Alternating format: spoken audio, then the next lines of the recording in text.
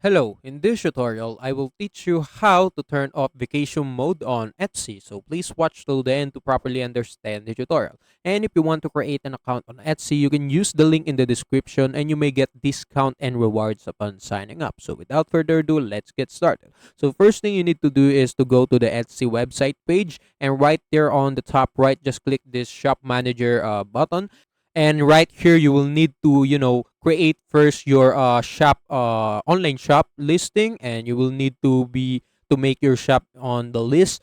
And after creating your shop listing, of course you need to pay for that, and after creating that, you just need to go to your shop manager again, and right there will be a holiday option right there on the one of the tabs, and you can just go to them on the holiday mode and turn off the holiday mode. So the holiday mode represent the vacation mode, so you can just turn it off if you want. And yeah, that's it. That's how you can turn off holiday mode on Etsy. And also, that's it for this tutorial. If you want more, please like this video, subscribe to our channel, and see you in the next one.